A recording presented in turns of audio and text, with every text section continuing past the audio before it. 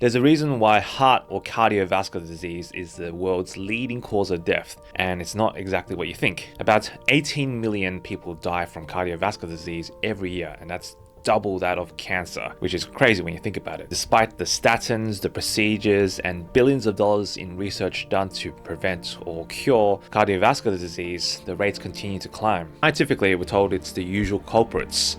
High cholesterol, saturated fats, poor lifestyle choices, not doing enough exercise, or dancing on bar stool tables. But that's only half the truth. So consider two phenomena. The first one being the Roseto Effect. So in 1964, scientists noticed in a small town in Pennsylvania called Roseto, an Italian community had virtually zero heart disease or cardiovascular disease, despite consuming copious amounts of saturated fats, smoking heavily, and being overweight. Similarly, the French paradox. So the French are known for their high consumption of saturated fats, that is, milks, cheeses, butters, foie gras, red meat, and despite their high consumption of saturated fats, they have a much lower incidence of heart disease compared to Americans. Now, moving away from food for a moment, medically there's a condition called Takotsubo cardiomyopathy, which is better known as broken heart syndrome.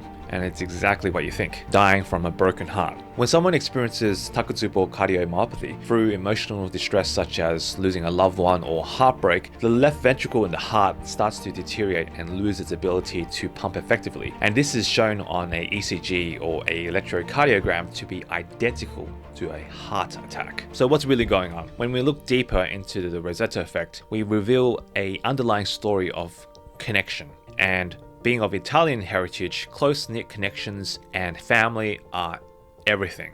Similarly, in the French paradox, food is a way of life and meals are a communal ritual that foster stronger connections. And lastly, in the case of Takotsubo cardiomyopathy, a broken heart is the antithesis of connection. So based on the phenomena and science, it would be fair to surmise that cardiovascular disease or heart disease is really a story of disconnection from others. So when our hearts have held back and suppressed itself for far too long, simply because there was no one else to connect to confide in, or when we lose the only thing that makes us feel seen, heard, or safe, that's when our hearts give up. In the midst of a global loneliness pandemic, we don't need faster internet connections, faster cars, bigger houses, more content to scroll through, or Uber Eats only to eat by ourselves. No, we just need connection. And perhaps the world will be a better place. So, in closing, we started the series asking the question, why do people get sick or have certain conditions? And we ended with the same answer we got from every episode.